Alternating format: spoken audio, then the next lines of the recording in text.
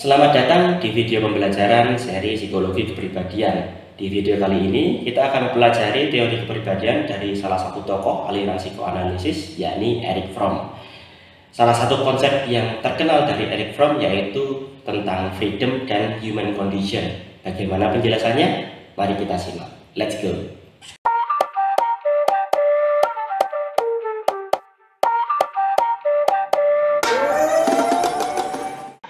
Mari kita mulai. Erich Fromm ini lahir pada tanggal 23 Maret 1900 di Frankfurt, Jerman, dalam keluarga Yahudi yang sangat religius. Ayahnya adalah seorang pedagang anggur, sementara ibunya seorang yang sangat religius. Latar belakang keluarga ini mempengaruhi cara pandangnya terhadap hubungan antar manusia dan moralitas. Seiring bertambahnya usia, Fromm mulai tertarik pada filsafat, psikologi, dan sosial. Salah satu momen penting dalam hidupnya terjadi ketika ia melihat bagaimana Perang Dunia Pertama menghancurkan banyak orang, termasuk masyarakat Jerman yang mengalami trauma besar. Ini memotivasinya untuk memahami akar-akar kekerasan manusia dan hubungan antar individu dengan masyarakat. Pada tahun 1934, ketika Nazi berkuasa di Jerman, Fromm memilih untuk meninggalkan negara asalnya dan bermigrasi ke Amerika Serikat. Di sana ia menjadi profesor di berbagai universitas terkemuka seperti di Columbia University dan New York University. Dari karyanya, Fromm mengeksplorasi aspek-aspek kemanusiaan yang lebih dalam, menekankan pada pentingnya cinta, kebebasan, dan tanggung jawab dalam hidup manusia. Salah satu buku terpenting dari Fromm yaitu Escape from Freedom yang diterbitkan pada tahun 1941. Buku ini menjelaskan bagaimana individu seringkali merasa terasing di dunia modern dan berjuang mencari keseimbangan antara kebebasan pribadi dan tanggung jawab sosial.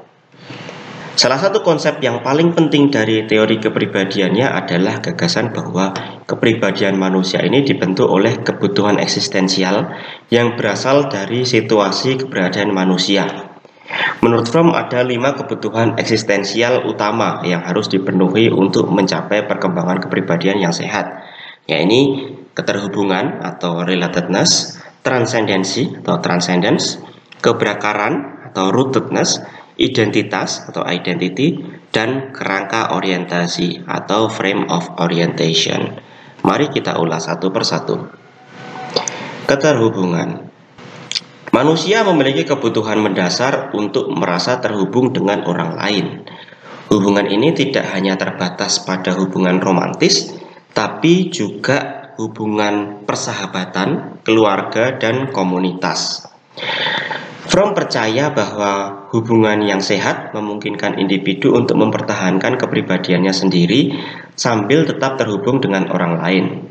Cinta dalam pandangan Fromm adalah cara yang paling penting dan sehat untuk memenuhi kebutuhan ini. Cinta sejati bukanlah tentang memiliki atau mengendalikan orang lain, melainkan tentang menerima dan mendukung mereka tanpa kehilangan identitas diri. Misalnya, suami istri yang meskipun mereka memiliki hubungan yang dekat, tapi mereka memiliki ruang untuk mengekspresikan diri mereka masing-masing. Ini adalah contoh bagaimana kebutuhan keterhubungan dipenuhi dalam hubungan yang sehat. Yang kedua adalah transendensi. Fromm menjelaskan bahwa manusia berbeda dari hewan, tidak hanya ingin bertahan hidup, tapi juga ingin melampaui keberadaan pasif mereka dan menjadi pencipta.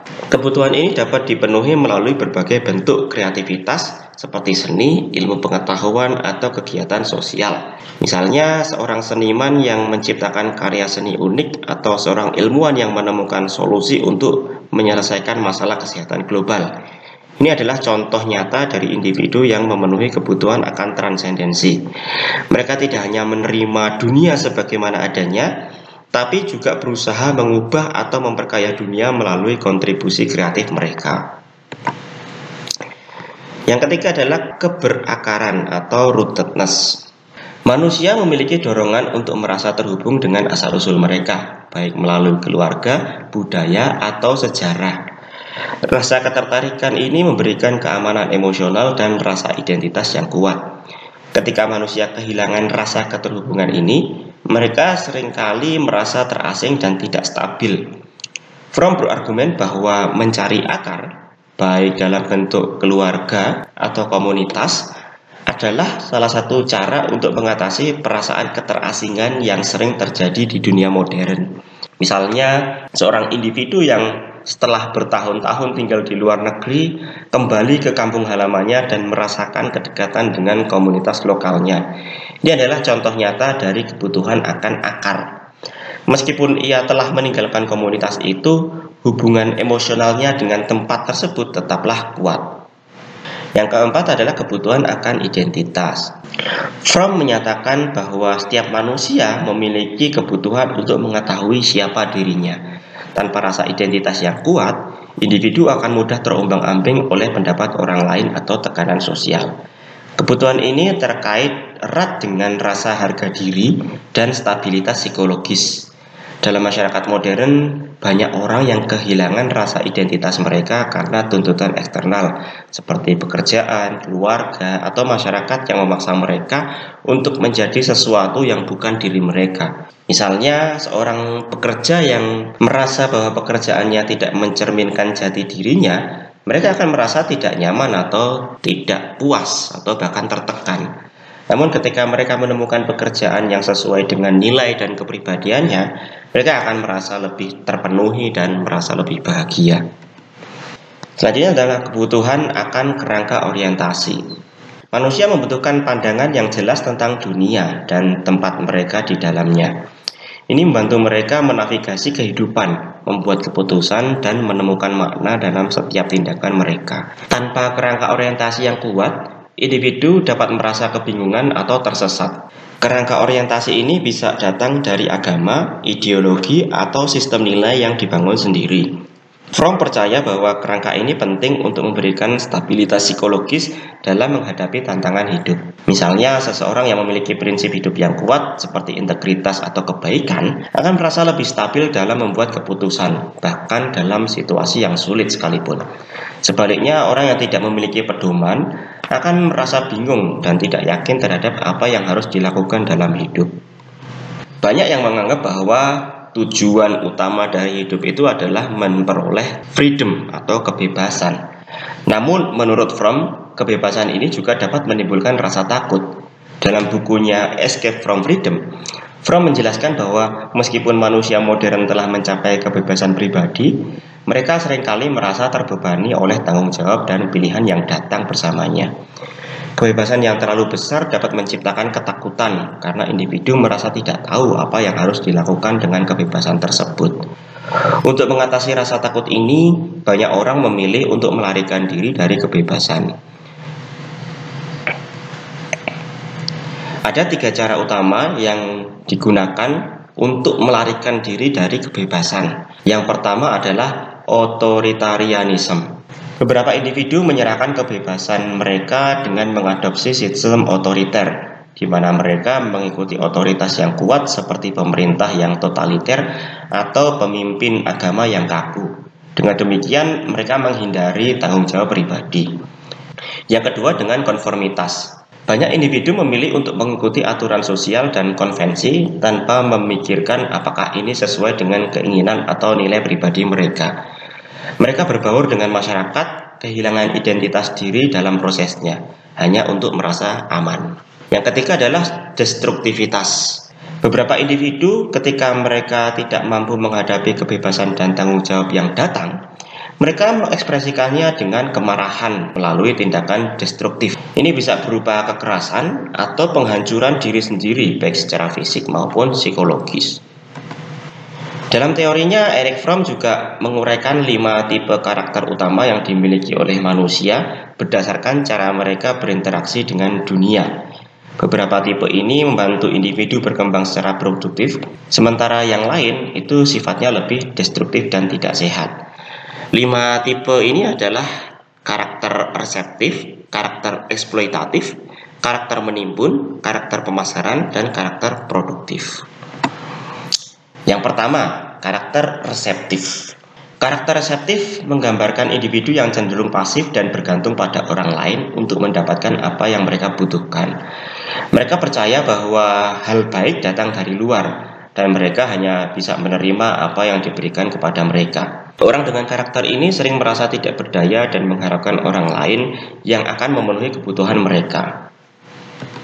Karakter yang kedua adalah karakter eksploitatif. Karakter eksploitatif menggambarkan individu yang mendapatkan apa yang mereka inginkan dengan cara mengambil dari orang lain. Mereka seringkali manipulatif, menggunakan kekuatan atau kelicikan untuk memenuhi kebutuhan mereka tanpa memperhatikan dampaknya terhadap orang lain. Orang dengan tipe ini cenderung merasa bahwa mereka berhak atas apa yang dimiliki orang lain. Karakter yang ketiga adalah karakter menimbun atau hoarding. Karakter menimbun adalah mereka yang cenderung menyimpan apa yang mereka miliki, baik secara material maupun emosional, dan tidak mau melepaskannya. Mereka merasa aman dengan menimbun barang-barang atau ide-ide dan seringkali menolak perubahan. Orang dengan karakter ini seringkali menjadi sangat protektif terhadap apa yang mereka miliki dan merasa cemas terhadap kehilangan. Karakter yang keempat adalah karakter pemasaran atau marketing.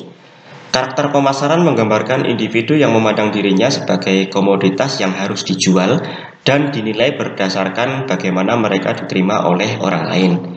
Mereka sangat adaptif terhadap lingkungan sosial mereka, bahkan jika itu berarti mengorbankan identitas asli mereka.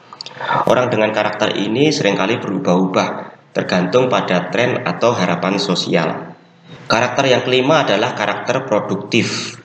Karakter produktif adalah tipe yang ideal menurut Fromm. Orang dengan karakter ini mampu mencintai dengan tulus tanpa kehilangan identitasnya, bekerja secara kreatif, dan memenuhi kebutuhan eksistensial mereka dengan cara yang sehat dan seimbang. Mereka tidak hanya peduli dengan diri mereka sendiri, tapi juga dengan orang lain dan dunia di sekitar mereka. Di video ini kita telah belajar bahwa menurut Fromm, kepribadian manusia dipengaruhi oleh interaksi sosialnya dengan dunia. Kebutuhan eksistensial seperti cinta, identitas, dan orientasi memainkan peran penting dalam bagaimana kita beradaptasi dengan lingkungan kita. Tipe-tipe karakter juga membantu menjelaskan bagaimana manusia mencoba memenuhi kebutuhan tersebut, baik secara produktif maupun tidak produktif. Meskipun kebebasan adalah hal yang penting dalam kehidupan modern, Fromm menunjukkan bahwa banyak orang yang melarikan diri dari kebebasan karena takut akan tanggung jawab yang menyertainya. Untuk mencapai kehidupan yang bermakna, manusia perlu menemukan keseimbangan antara kebebasan dan keterikatan, serta antara cinta dan identitas diri. Terima kasih sudah menonton video ini dan sampai jumpa di video berikutnya.